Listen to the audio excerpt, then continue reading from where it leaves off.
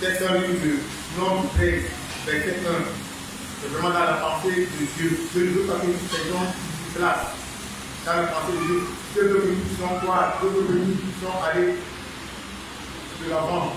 La Bible dit, l'Éternel parla à Moïse et dit, envoie des hommes pour explorer le pays de Canaan que je donne aux enfants d'Israël. Amen. Donc nous pouvons nous arriver là. Nous voyons que Dieu vraiment, c'est dans sa pensée que nous, en tant qu'enfants de Dieu, nous puissions être en possession de nouveaux territoires. Dieu ne veut pas que nous restions sur place. Dieu ne veut pas que nous devenions le nombre que nous sommes devenus. Dieu veut que nous puissions connaître une expansion numérique. Peut-être que dans un milieu professionnel, parce que Dieu veut que tu connaisses une expansion professionnelle. Donc, quel que soit le domaine de ton activité, Dieu veut que tu puisses connaître une expansion. Amen. Donc, la deuxième chose sur laquelle nous allons nous attarder ce matin, c'est la foi. Nous pouvons lire la réponse de la foi dans Hébreux 11, verset 6. Donc, l'expansion étant le développement, l'accroissement, l'augmentation, le dépassement des limites actuelles. Donc, il est important de noter que le chemin de l'expansion n'est pas un peu facile. Amen. Donc, dans le chemin de l'expansion, nous rencontrerons des difficultés, nous rencontrerons des obstacles. Et nous devons vraiment noter que chaque fois que Dieu nous appelle à l'expansion, humainement parlant, cela nous est impossible. Tout ce que Dieu nous appelle à faire, l'accroissement, humainement parlant, on ne peut pas le faire avec nos propres forces. On ne peut pas. Parce que Dieu nous demande toujours à faire des choses qui sont au-delà de nos possibilités, au-delà de nos forces. Raison pour laquelle ce matin, on a besoin de cette foi. Amen. Donc nous allons nous regarder sur la deuxième loi qui est, comme je l'ai dit tantôt, la loi de l'expansion. La foi. Donc dans Jean 15, verset 5, Jésus même me dit, sans moi, vous ne pouvez rien faire. Amen. Ce qui rend donc notre expansion possible, c'est notre foi. Amen. Alors comment la foi nous est-elle utile et nécessaire dans le chemin de notre expansion? Comment la foi nous est-elle utile et nécessaire dans le chemin de notre expansion? Le premier point, c'est que la foi nous permet de faire face aux difficultés, aux découragements, aux obstacles et aux oppositions que le diable peut mettre sur le chemin de notre expansion. Amen. C'est par la foi que nous pouvons, comme dit David, c'est par la foi que nous pouvons, par le bouclier de la foi que nous pouvons éteindre tous les traits enflammés du diable. Nous devons passer le chemin de l'expansion, il y aura le découragement. Nous devons passer le chemin de l'expansion, nous ferons face aux difficultés. Nous ferons même face aux doutes. À un moment donné, avec des circonstances parfois qui deviennent difficiles, on se pose la question de savoir, mais est-ce que Dieu, le diable t'inquiète vraiment le doute, au point même de te poser la question de savoir, mais est-ce que c'est Dieu même qui a voulu que je m'engage? Donc, et on a besoin de la foi. Particulièrement le bouclier de la foi. Parce que c'est avec le bouclier de la foi, comme il a dit, que nous pouvons éteindre tous les traits enflammés du malin. Amen. Donc, la foi est dans cette arme défensive dont nous avons besoin dans le chemin de notre expansion. Parce que, comme je l'ai dit tantôt, c'est elle qui nous permet d'éteindre tous les traits enflammés du diable. Nous pensons pas que comme nous attaquons le diable qui ne nous attaque, le diable également nous attaque. Et particulièrement, si nous voulons croire, si nous voulons aller de l'avant, si nous voulons connaître un progrès, sachant que le diable va nous attaquer sur ce chemin-là. Et c'est l'arme du bouclier de la foi qui nous aide vraiment à éteindre tous les traits enflammés du diable. Comme il y a le doute, il y a la maladie, il y a beaucoup de choses avec lesquelles le diable peut nous attaquer. Le deuxième point, c'est la foi qui nous donne la capacité de réaliser des choses que nous ne sommes pas capables de réaliser par nous-mêmes. Comme je l'ai dit tantôt, quand Dieu t'appelle à l'expansion, humainement parlant, tu ne peux pas. Et c'est par la foi, c'est la foi qui rend possible vraiment ce que Dieu t'appelle à faire. Le troisième point, la foi nous permet de garder les yeux fixés sur l'objectif. Philippiens 3, verset 16. Philippiens 3, verset 14. Je cours vers le but pour remporter le prix de la vocation céleste de Dieu en Jésus-Christ. Amen. La première politique court vers le but. Donc, il garde les yeux fixés sur l'objectif. C'est la foi qui nous aide à garder les yeux sur l'objectif. Donc, la foi, c'est cette capacité que Dieu nous donne, qui nous pousse à la détermination, qui nous pousse à l'audace. Qui nous pousse à l'audace. L'audace, c'est la volonté de faire des choses malgré les risques et les dangers des combats. Sur le chemin de l'expansion, nous aurons, comme je l'ai dit, nous aurons des combats. Sur le chemin de l'expansion, nous aurons des oppositions. Et c'est la foi qui nous aidera. C'est la foi qui nous aidera vraiment à garder les objectifs, à ne pas nous laisser distraire. Le diable va créer tout un ensemble de choses qui nous amènent à être distraits. La propre politique, il court vers le but. Nous également, nous devons courir vers l'expansion cette année. Quel que soit le domaine dans lequel Dieu nous... Peut-être que dans ton ministère, dans ton affaire, tu dois courir vers l'expansion cette année. Quelles que soient les distractions que le diable peut créer autour de toi, ce que Dieu te demande de manière, c'est de garder les yeux sur l'objectif. Ne nous laissons pas distraire. Il y aura certainement des choses qui vont nous amener à être distraits, peut-être la maladie, peut-être le manque. Mais Dieu nous appelle ce matin. Gardons les yeux sur l'objectif. Si nous voulons, comme je l'ai dit tantôt, Dieu nous appelle cette année à connaître une véritable expansion. Et la foi, vraiment, c'est cette âme, cette capacité que Dieu nous donne à garder les yeux sur l'objectif. Dieu a déjà spirituellement accompli notre expansion. Parce que Jésus a dit tout est accompli. Pourquoi avons-nous besoin de la foi? Parce que la foi, c'est cette main que nous tendons dans le spirituel pour amener à la réalité l'expansion que Dieu a déjà accomplie. Amen. Donc nous avons besoin de foi. Dieu dit sans la foi, nul n'est impossible à Dieu.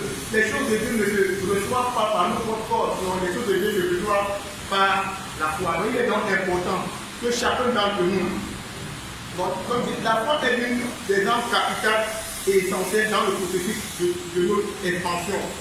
Donc il nous revient donc à chacun ce matin de s'investir dans la lecture et la méditation de la parole de Dieu. C'est des moyens par lesquels nous pouvons acquérir la foi. La foi ne s'acquiert pas en lisant peut-être des documents en politique, en économie, non.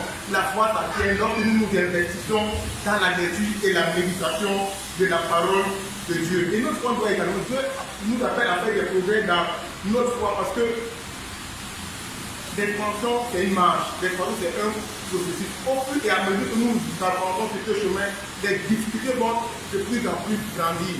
Et notre foi ne va pas rester statique. À nous donc de travailler pour amener notre foi à grandir, pour amener notre foi à croître. Donc il revient à chacun ce matin de le faire. Sinon, l'année d'expansion restera un slogan pour toi. Si tu ne te mets pas au travail, nous avons vu avec le exemple où on a parlé de la mission.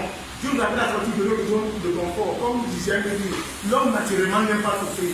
Quand tu as maîtrisé un domaine, tu connais les contours de ce domaine. Pour toi, non, tu es arrivé. Mais à un moment donné, il faut que tu ailles au-delà. Mais parfois, on ne se plaît pas à aller au-delà. Mais comme Dieu reste Dieu, il crée parfois des mouvements, il crée parfois des situations qui te poussent à aller plus loin. Amen. Donc, vraiment, que le Seigneur nous bénisse ce matin.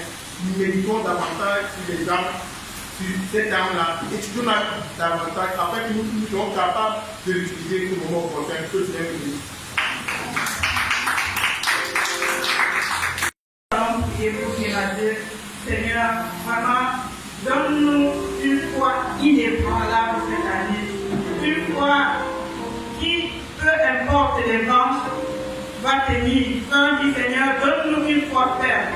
Une foi qui s'appuie sur ta parole, sur tes promesses, peu importe les vents contraires, Seigneur, on obéit. C'est une réalité, Seigneur éternel. Quelquefois, Seigneur éternel, les combats, Seigneur, les oppositions, Seigneur, les résistances auxquelles nous allons faire face cette année, Seigneur, donne-nous une foi ferme. Donne-nous une foi ferme, notre Père et notre Dieu, dans le nom puissant de Jésus de Nazareth. Au nom puissant de Jésus. Nous allons continuer à prier ce matin. En parcourant le livre de Josué, nous voyons plusieurs fois Dieu qui dit à Josué, fortifie-toi et prends courage. Nous avons besoin vraiment d'avoir du courage pendant ce temps de France. Nous allons dire à Seigneur, fortifie notre foi cette année. Que rien ne puisse nous arrêter. Entre la prise de Jéricho et la destruction des Cananéens, il fallait vraiment du courage. Nous allons dire à Dieu ce matin, Seigneur, fortifie notre foi cette année. Fortifie notre foi, que rien ne puisse nous arrêter. Continuons à prier au nom de Jésus. Nous allons encore prier ce matin, vraiment pour combattre tous les ennemis de la foi. Nous avons pris avec un chemin, sur le chemin de l'expansion, nous allons faire face au découragement, nous allons faire face à la peur. Nous allons prier ce matin pour combattre tous les ennemis de la foi. La peur, le doute, l'incrédulité, les soucis, les raisonnements, tous les ennemis de la foi. Prions au nom de Jésus. Et quelle est la deuxième? La première loi, c'est quoi? Et la deuxième, c'est quoi? Vous savez, le thème de notre année, c'est quoi? Vous avez assez de vous passer. Et il y a un verset là qui dit quoi? Voyez, j'ai mis devant vous le pays.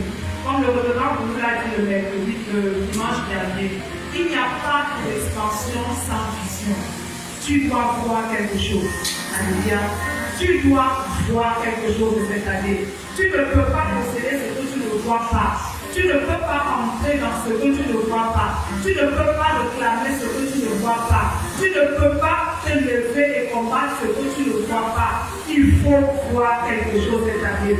Et c'est en plus le texte d'Abraham qui est en train de se plaindre devant Dieu. Encore voici, je suis en train de partir. Tu ne m'as pas donné d'enfant. Et c'est Élisée qui est dans ma maison, qui sera mon héritier. Et Dieu fait quoi? Dieu ne rentre pas dans ses plaintes. Dieu lui demande simplement de sortir.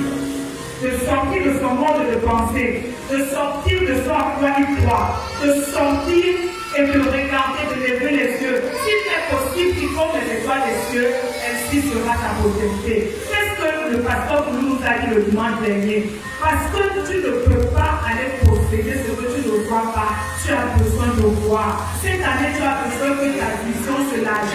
Abraham était conditionné par le fait que Sarah était déjà ménopausée, lui-même il était déjà avancé en âge et malheureusement Dieu ne pouvait, pour eux, à ce stade-là, Dieu ne pouvait plus rien leur accorder. Mais Dieu vient guérir quelque chose dans la vie d'Abraham. Il vient guérir sa vision. Il dit à Abraham, il faut que tu lèves les yeux. Tu ne pourras pas percer cette année. Tu ne pourras pas te reprendre à gauche et à droite. Tu ne pourras pas t'accroître cette année si tu ne vois pas. Si tu ne vois que l'échec, si tu ne vois que la frustration, si tu ne vois que ce problème héréditaire ancestral qui tue depuis les générations et qui ne peut pas être résolu, tu ne peux pas connaître l'expansion. Tu dois voir quelque chose.